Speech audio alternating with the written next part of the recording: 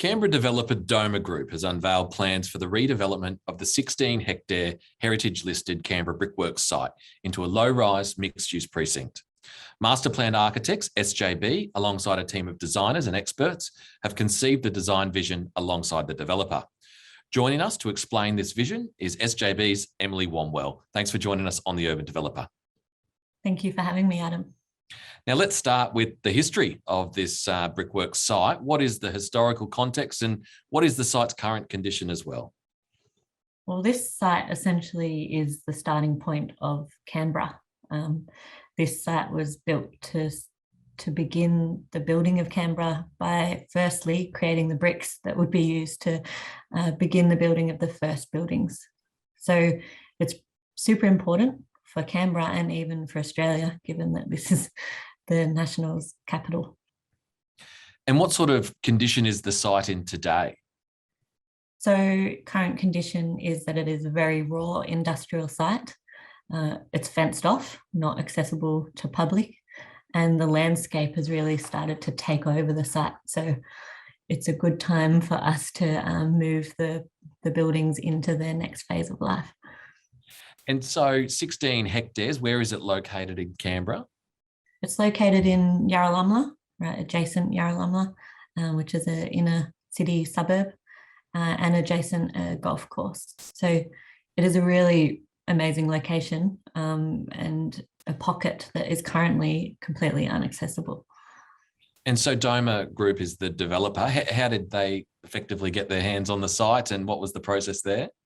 So we were part of Doma's team during the tender process for them to purchase the site.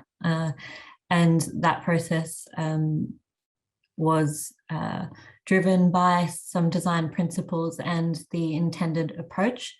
And I think one of our key unique aspects was that we proposed to invite 6 other architectural firms to work on the buildings with us.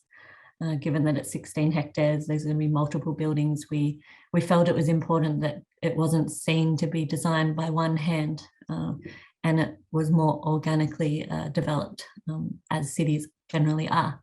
So we invited other architects to work with us. We set some high-level design principles and aspirations for the site that we have held onto throughout the process, and that really did help secure the site for Doma. It's a very collaborative approach and no doubt will result in some interesting architecture throughout the master plan. Just take us through that master plan. How did you approach the different land uses, the different staging, and how'd you do so with that team? So the heritage core itself, which is where the majority of the kiln buildings are located, obviously is the focal point and sits at the centre of the site. And then the residential components sit around that. They're all low scale residential, single housing, terrace houses and 3-level apartment buildings. And our approach generally was to actually see this as a landscape setting with buildings within it. And the spaces between the buildings are almost as important, or if not more important, than the design of the buildings themselves. We wanted, as I mentioned, we wanted this to be seen as an organically developed site, as if it was done over time, and that it would sit comfortably in the Yarralumla landscape.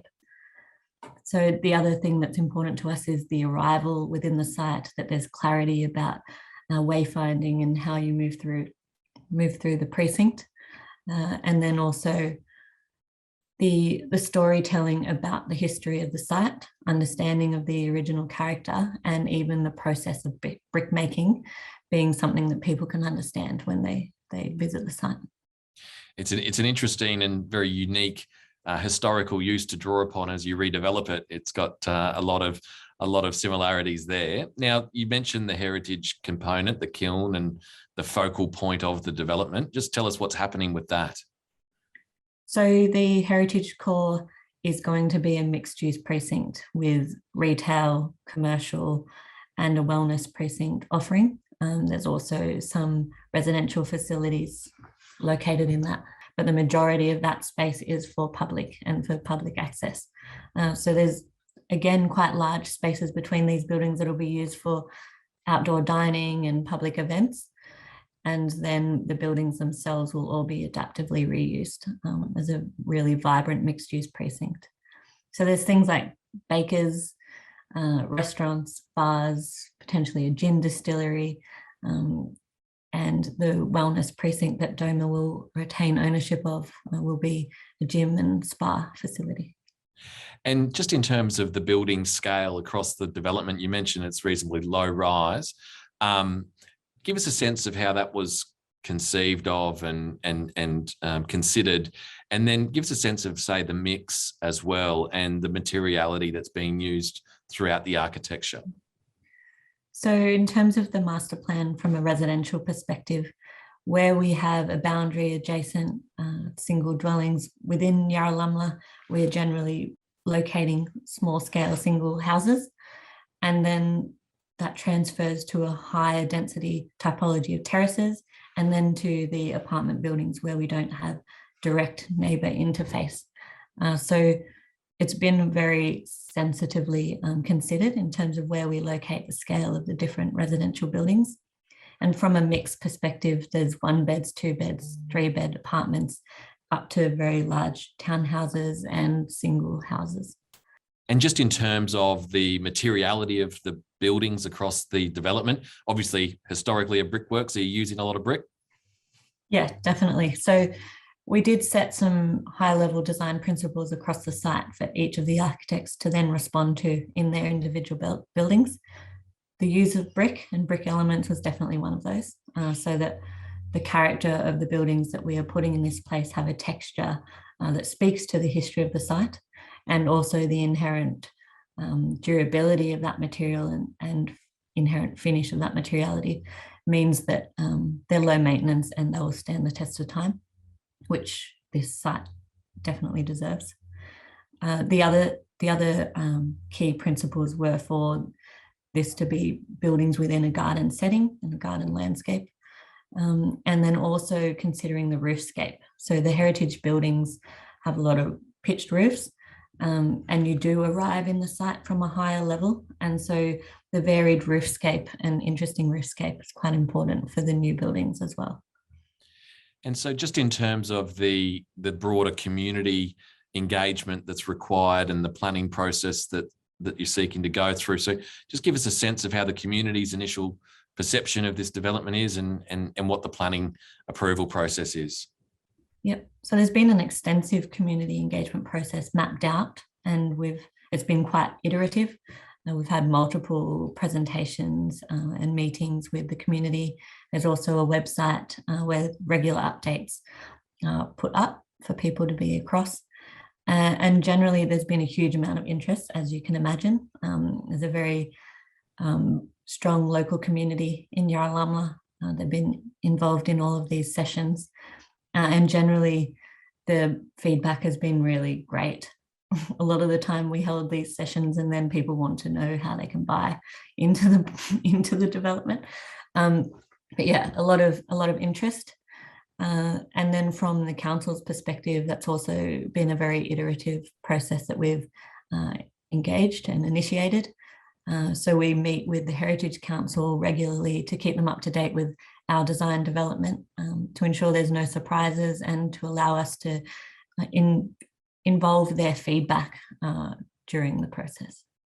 And just in terms of how that collaboration of 6 architectural firms working together actually works, can you just explain to us the rules of racing around that? So this is a process that we at SJB have initiated on several projects successfully now. And it really is in these precincts where we believe they deserve multiple hands and a variety of approach to the buildings. And so we do have a really strong role in the coordination of the communication involved in such a process.